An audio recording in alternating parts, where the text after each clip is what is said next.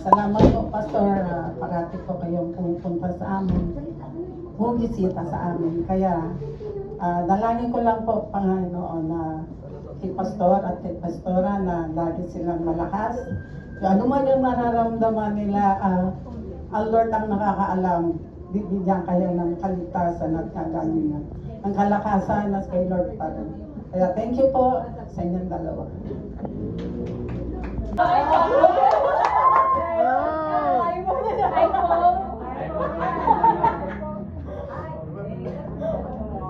Kayo pala yung ano po, if you have gifts po, hindi. Oo.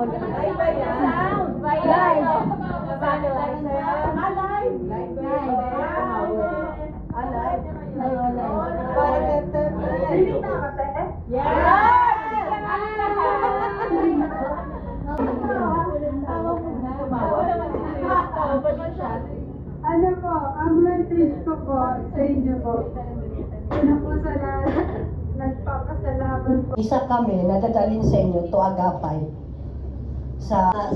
Nakilala ko kayo na from the start na Like pastor yung magmula. Siguro nasubaybayan mo yung kay Arlene, nawala yung asawa ko pagkatapos. You promised, Lord, that as they labor, Lord, until your return, it's you, God, to walk, Father God, to step into that calling, Lord, that you have placed upon their lives. Father, we thank you, Lord God, for giving us Mama Glenn and Pastor Ramir, Lord, to lead us, Father, to guide us, Lord, Panginoon, as a church, Father, Lord God.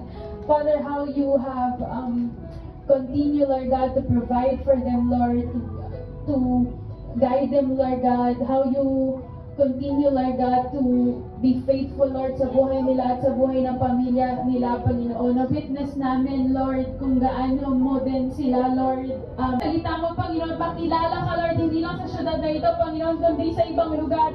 Lord, I pray, Father God, that you send them, Lord God, that you give, Lord, the provision, Father God, that they need, Lord, sa pagdako nila, Panginoon, saan mo man sila po dalhin, Lord God, and I pray, Father God, that in this church, Lord, remnants will rise, Father God, that young generation will rise, Father God, as they pray, Father God, for the next generation. Lord, it's your promise, Father God, it's your promise, Lord.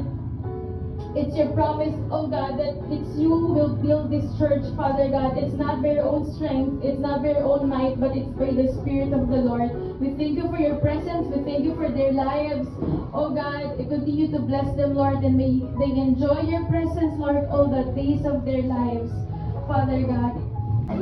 Malamin po kayo, bigyan kami ng opportunity ng Lord para kayo po ay sa totoo lang marami po kami pagkukulang din at